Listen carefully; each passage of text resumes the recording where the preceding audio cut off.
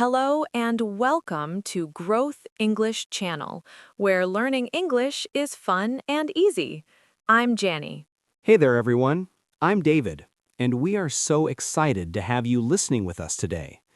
Whether you're doing the dishes, walking your dog, or just relaxing at home, we've got some great tips to help you speak English more easily.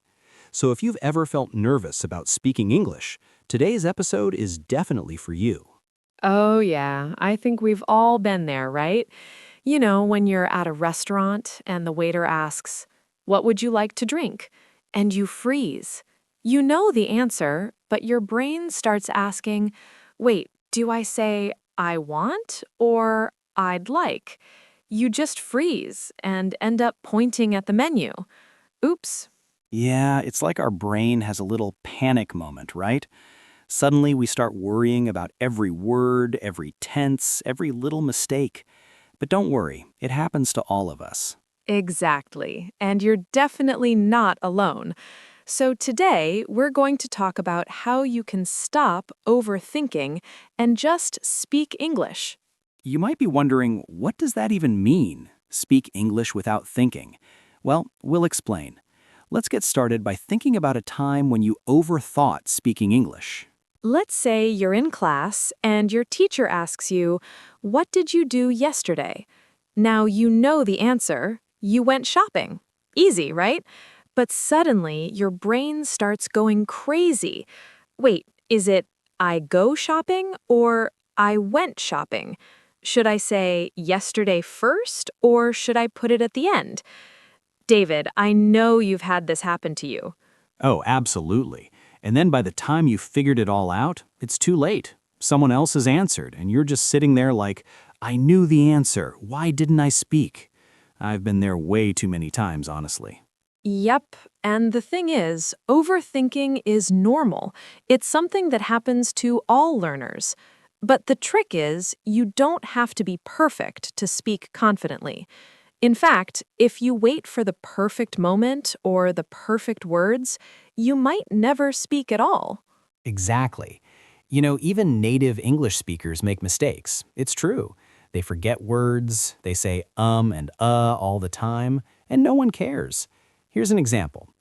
Yesterday, I was going to the store, but then I forgot my wallet. It's not perfect, but it's natural and it sounds real. Exactly. And now imagine if someone said, "Yesterday, I went to the store. I bought apples." Sure, it's correct, but it's a bit robotic, right? Totally. So the secret is to let go of perfection and just start talking. It's all about building your confidence and trusting yourself. Right, right. And you're probably thinking, but how do I stop overthinking? How do I get my brain to just, let go? Well, here's the thing. You overthink because you care. You want to do it right. And that's actually a good thing. But when you care too much, you stop yourself from speaking. Yeah, it's like when a child is learning to talk. They don't study grammar books. They don't think, should I use past tense here? No way. They just speak, even if it's not perfect. They say funny things like, I go to the zoo. But we don't laugh, we just help them. Exactly, David. And what happens? They get better every day because they're not afraid to try. So, guess what? You can do the same. You can learn to speak confidently even if you're not perfect. That's right. And here's the thing. Don't wait until you feel fluent to start speaking. Fluency doesn't come first. You become fluent by speaking. So the more you speak, the better you'll get. So here's the big takeaway for today. Speaking English without thinking doesn't mean you're speaking without meaning. It means don't stop every 2 seconds to check your grammar. Don't worry about every word. Just speak. Just try. Let the words come out. All right, let's do another example. Imagine you're talking to a friend.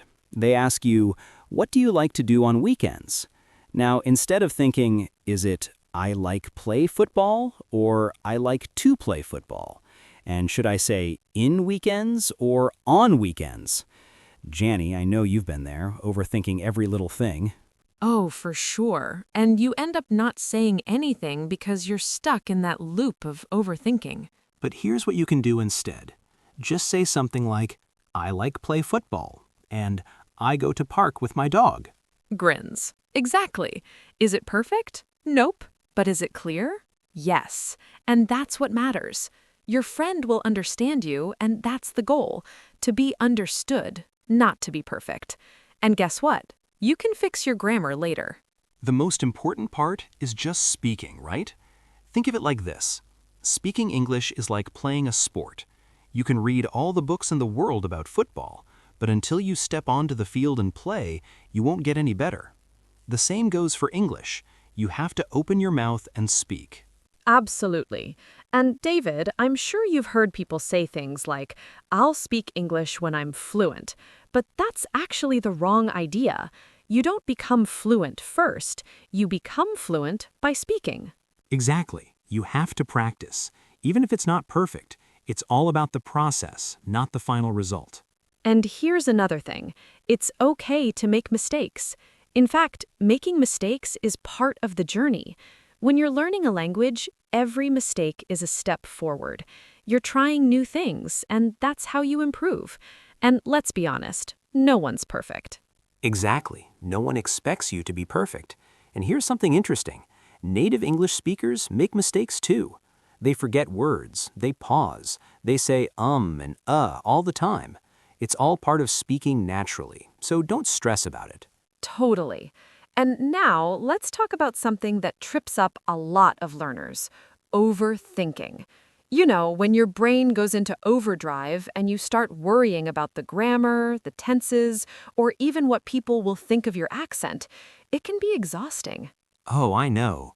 It's like when you're in a conversation and your brain is thinking, is this the right word? Is this the right tense? Should I pause here or keep talking? You end up saying nothing at all, and the conversation just passes you by.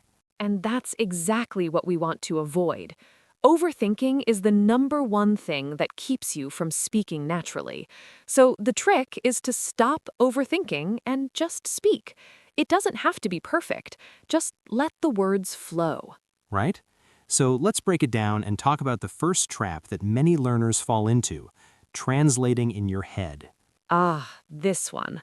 Translating word by word from your own language to English. It feels safe, but it's super slow, and it's often wrong because languages don't match perfectly. Let me give you an example. Yes, please. Okay, so imagine you're Maria from Brazil. You're in London and you need to buy a bus ticket. The seller asks, single or return? Now, in Portuguese, Maria would say it naturally, but she tries to translate it word for word into English. I would like a pass of go and come back.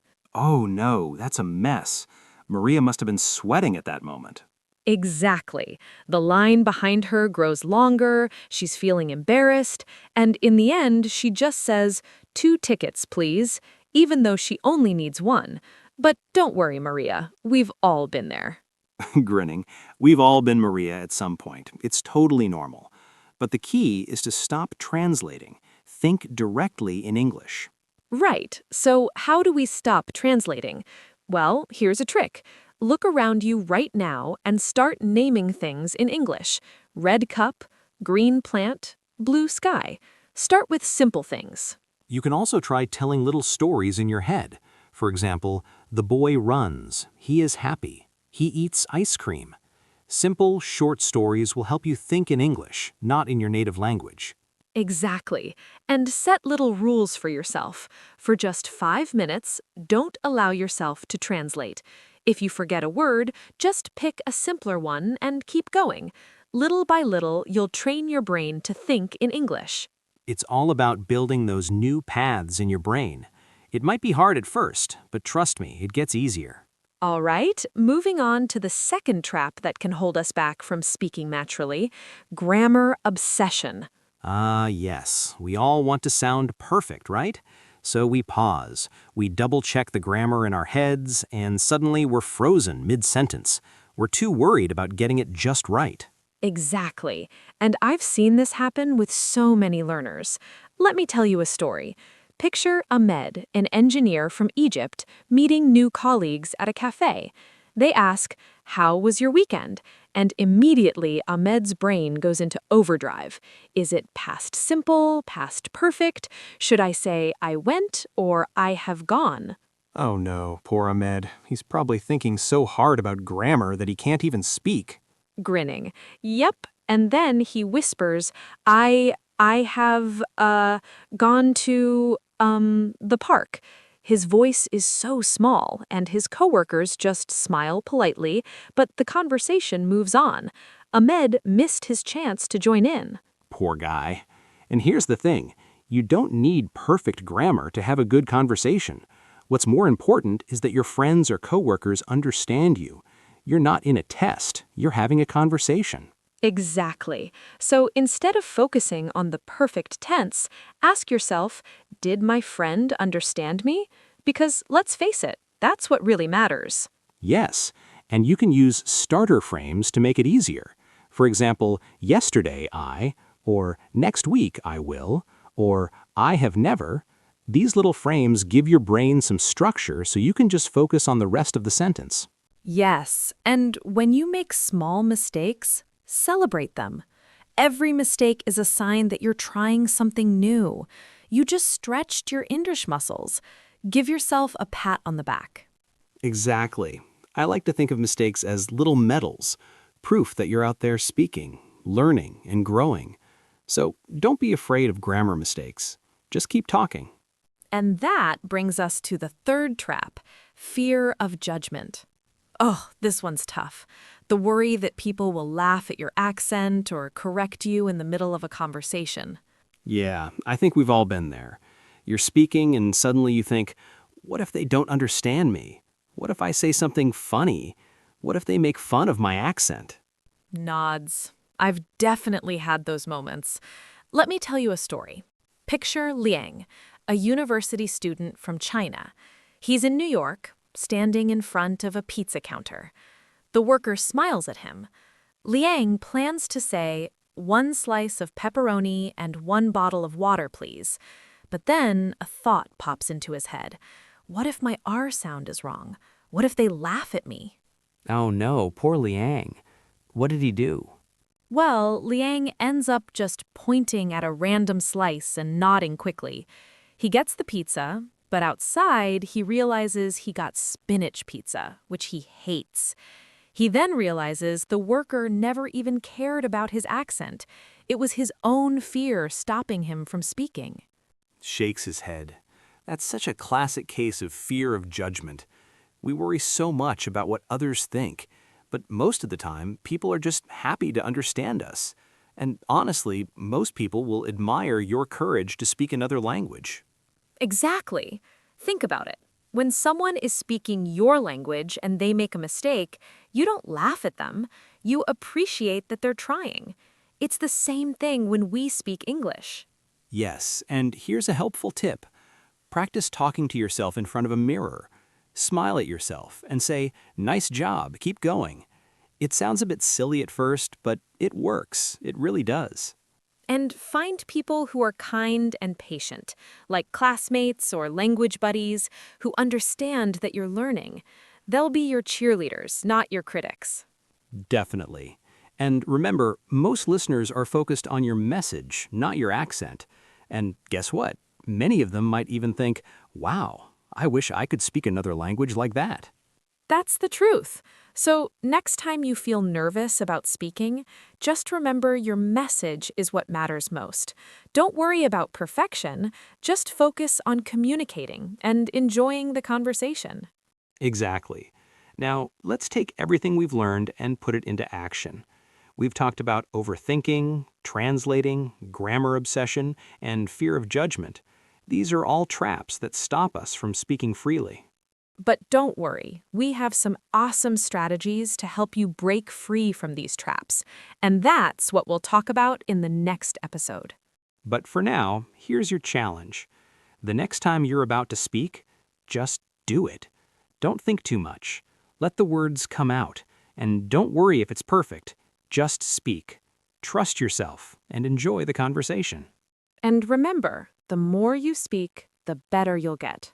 You've got this. All right. That's all for today's episode of Growth English Channel. We hope you enjoyed it. And if you did, don't forget to hit that subscribe button, leave us a comment, and give us a thumbs up. Yeah, we'd love to hear about your own experiences with overthinking and speaking English. And of course, don't forget to share this episode with your friends. Until next time, keep speaking, keep learning, and keep having fun. Bye-bye.